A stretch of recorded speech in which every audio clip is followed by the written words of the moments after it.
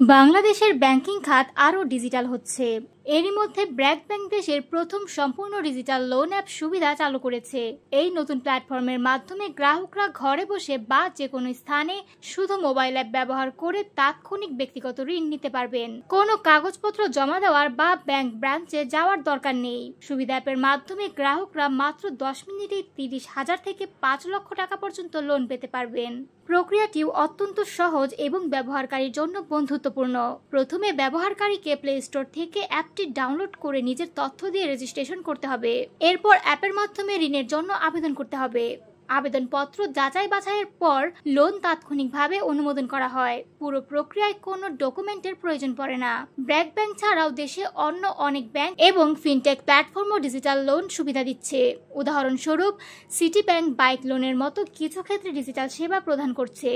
অন্যদিকে mutual trust bank বা MTB digital loan বা ই লোনের সুবিধা চালু করেছে, যেখানে অনলাইন বা হোয়াটসঅ্যাপের মাধ্যমে ঋণের আবেদন গ্রহণ করা যায়। এছাড়া দেশের জনপ্রিয় মোবাইল ফিনটেক প্ল্যাটফর্ম বিকাশও তাদের অ্যাপে বিভিন্ন আর্থিক লেনদেনের পাশাপাশি লোন সুবিধা নিয়ে এসেছে।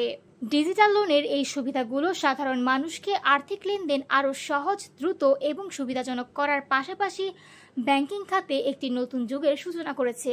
এখন আর দীর্ঘ লাইনে দাঁড়াতে হবে না, কোনো জটিল কাগজপত্র পূরণ করতে হবে না। শুধু মোবাইল হাতে নিয়ে কয়েক মিনিটের মধ্যে প্রয়োজনীয় অর্থ হাতে পাওয়া সম্ভব।